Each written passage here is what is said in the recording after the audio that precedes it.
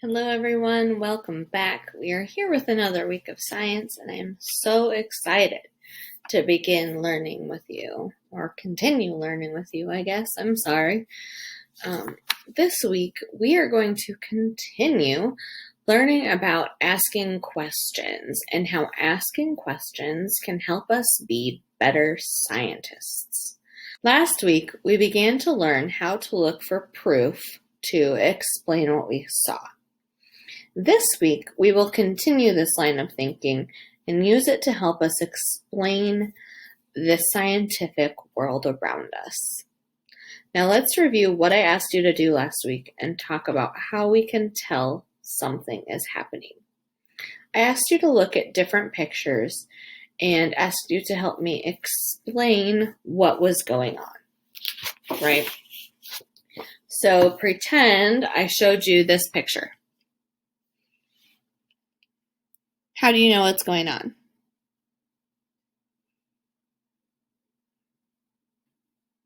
What do you see?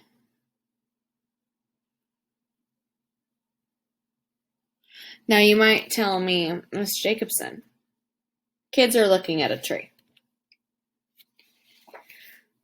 And I might look at it and say, okay, sure.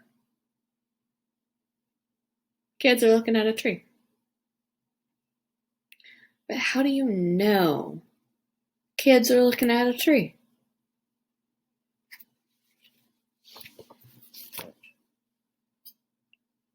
I can tell those are children because they do not appear to be very old. I can tell this is a tree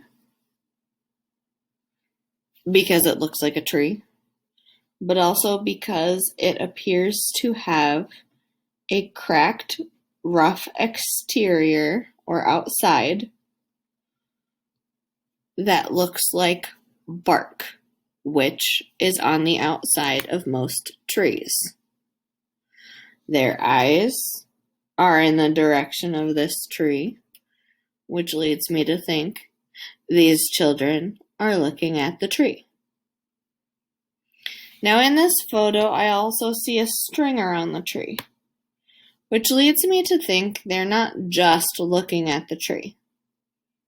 But I'm not sure what's going on, so I can't really get into it much more without reading more into my investigation journal here.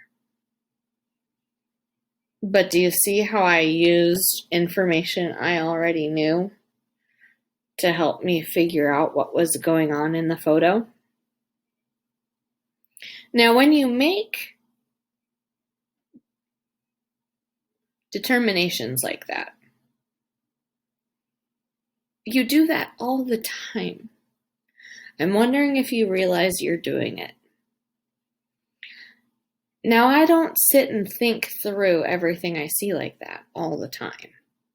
When you said, Miss Jacobson, there's children looking at the tree, the first time, you had already gone through all of those thought processes that I then talked through. Your brain moves that quickly. Did you know that? You're that smart. Your brain moves that fast. Now I'm going to show you a video today. You don't have homework for me. I would love to know what you learned from the video, so I would love for you to share your learning with me. I would love for you to share something with me. But asking the right questions is very important in a scientific world. Now I have a jar from some yogurt here in my hand. This is how big the jar is. It fits in my hand. I'm going to put something in it. Have you ever played the game 20 Questions? Where you ask someone questions to try to figure out what they're hiding from you? We're going to play that right now. Now it's going to be very hard because essentially I'm playing with myself. But we're going to do it. I'm going to drop something in this container. Listen. Now, based on what you know, what do you think is in here?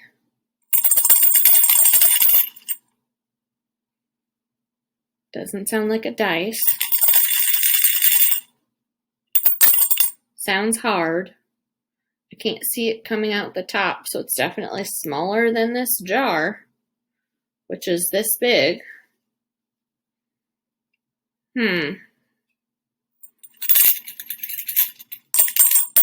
There's plenty of room left in the jar. Doesn't sound like a dice. Doesn't sound like a pom-pom. What does it sound like to you?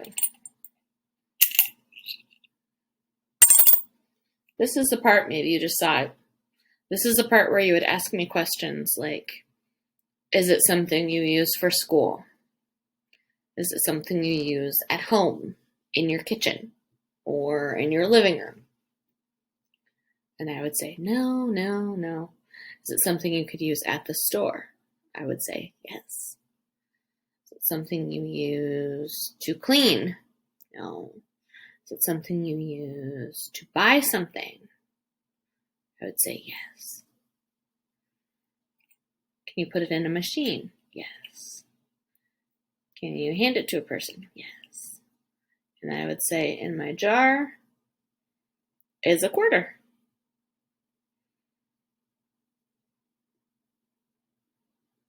You could have also asked, is it round? Is it silver? Is it flat? And those would have gotten you your answer too. If you know your differences in coins, after knowing it's silver and flat and round, you could have asked, does it have ridges on the side? If I would have said no, you would have known instantly it was a nickel, because nickels don't have ridges on the side. Okay? Asking the right questions can get you all of the scientific information you need. Enjoy your video today. I'll see you tomorrow.